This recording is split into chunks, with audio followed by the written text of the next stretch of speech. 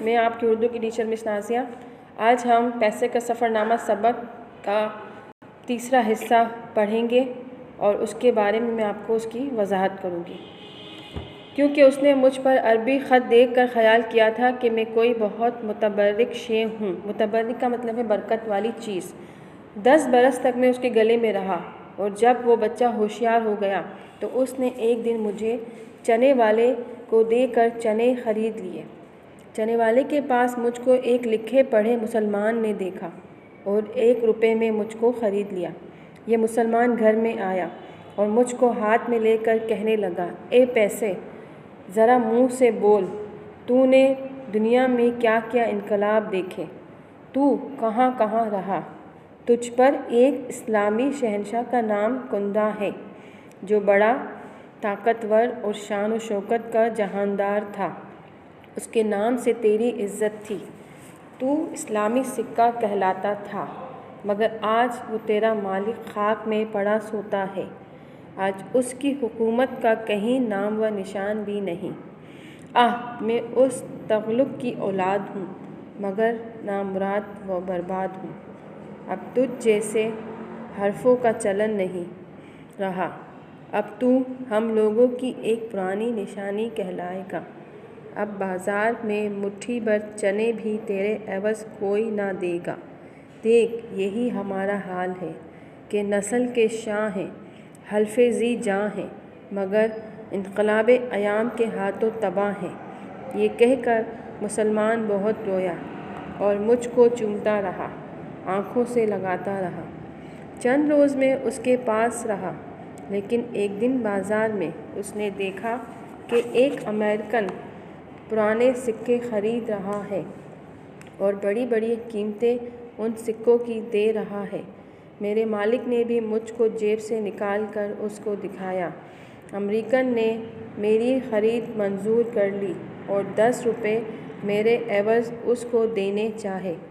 میرا مالک بہت مفلس تھا، اس کو روپے کی بہت ضرورت تھی، مگر اس نے کہا، نہیں، میں اپنے ملک کی یادگار تجھ کو نہ دوں گا، فاقہ کروں گا، مگر اپنے آثار قدیمہ کو اپنے پاس سے جدا نہ ہونے دوں گا۔ امریکن یہ جواب سن کر چپ ہو گیا۔ وہاں بہت لوگ کھڑے ہوئے تھے اور اس قصے کو انہوں نے سنا تھا۔ جب میرا مالک گھر آنے لگا تو ایک جیب کترے نے مجھ کو مالک کی جیب سے کتر کر نکال لیا اور اس امریکن کے پاس لے جا کر فروخت کر ڈالا۔ امریکن کو مجھ کو لے کر اپنے ملک میں لے گیا اور ایک عجائب خانہ میں مجھ کو رکھ دیا۔ میں وہاں 5 برس رکھا رہا اور ہزاروں مردوں اور عورتوں نے آ کر مجھ کو دیکھا۔ ایک دن ایک ہندوستانی مسافر بھی وہاں آیا، اس نے وہاں سے مجھ کو چرایا اور پھر ہندوستان لے کر آیا اور جے پور کے عجائب خانے میں فروخت کر دیا۔ آج میں اسی جگہ مقیم ہوں۔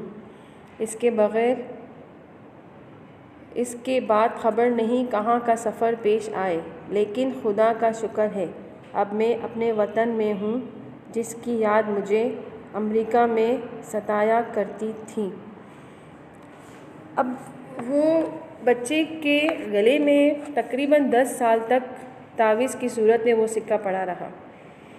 ایک دن جب وہ بچہ ہوشیار ہو گیا تو آپ نے دیکھا نا کہ اس نے کیا کیا، اس سکے سے چنے خریدے اور چنے والے سے وہ ایک مسلمان شخص نے وہ سکہ لیا۔ جب وہ مسلمان اپنے گھر آیا تو اس نے اس پیسے سے باتیں کرنا شروع کی کہ تم اس دنیا میں کہاں کہاں گھومے، تم نے کیا کیا انقلابات دیکھے، کیونکہ وہ اسلامی شہنشاہ کا اس پہ نام کندہ تھا، لکھا ہوا تھا، اور وہ شخص اس خاندان سے تعلق رکھتا تھا، اور اس شخص کو یہی افسوس ہو رہا تھا کہ اب یہ سکے کی کوئی قیمت نہیں رہی، کیونکہ یہ پہلے زمانے میں استعمال ہوتے تھے، اب اس سے میں کچھ بھی نہیں خرید سکتا ہوں۔ لیکن اس نے اس سکے کو ایک یادگار کے طور پر اپنے پاس رکھا، اپنے گھر خاندانی نشانی کے حوالے سے۔ لیکن ایک امریکہ نے اس سے خریدنا چاہا، اس کو پیسے بھی دیں، لیکن اس نے کہا کہ میں فاقے کر لوں گا، مگر میں یہ سکہ آپ کو نہیں دوں گا۔ اور اس وقت وہاں اور بھی لوگ موجود تھے اور کسی ایک شخص نے جو نا اس کا جیب کاٹ لیا اور وہ سکہ اس نے لے کر چوری کر لی. چوری کرنے کے بعد اس نے وہ اس امریکن کے ساتھ ہاتھوں بیچ دیا، اور اس طرح سے یہ تانبے کا سکہ امریکہ پہنچ گیا اور وہاں کے ایک عجائب خانے میں اس کو رکھ دیا گیا. عجائب خانہ اسے کہتے ہیں جہاں پر نادر اور قیمتی پرانی یادگار چیزیں جو ہے نا رکھی جاتی ہیں. پھر امریکہ سے جو ہے نا وہاں سے کسی نے ہندوستانی وہاں گیا تو اس نے اس سکے کو وہاں سے خریدا. خریدنے کے بعد اس کو وہ جے پور لے آیا اور اس نے اس کو جے پور کے عجائب خانے میں فروخت کر دیا. اب وہ سکہ بہت خوش تھا کیونکہ وہ دوبارہ اپنے اسی ملک میں آ گیا تھا جہاں سے وہ گیا تھا، اور اس طرح سے اس کو اپنے یہ تسلی تھی کہ اس نے شکر ادا کیا اللہ تعالیٰ کا کہ میں اللہ کا بہت شکر ادا کرتا ہوں کہ میں اب اپنے وطن ہندوستان میں ہوں.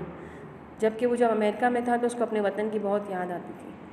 یعنی چیزوں کی آپ کو یہ بتانا کہ سبق میں یہ کہ ہر چیز کی قیمت جو ہے نا وقت کے ساتھ ساتھ بڑھتی اور کم ہوتی ہے. جب حالات اور وقت بدلتے ہیں تو ان چیزوں کی قیمتیں بھی کم ہو جاتی ہیں اور پھر وہ صرف عجائب خانے میں رکھنے کے لیے ہوتی ہیں. اور مجھے امید ہے کہ آپ کو یہ سبق بہت اچھی طرح سے سمجھ میں آ گیا ہوگا. اوکے، اللہ حافظ.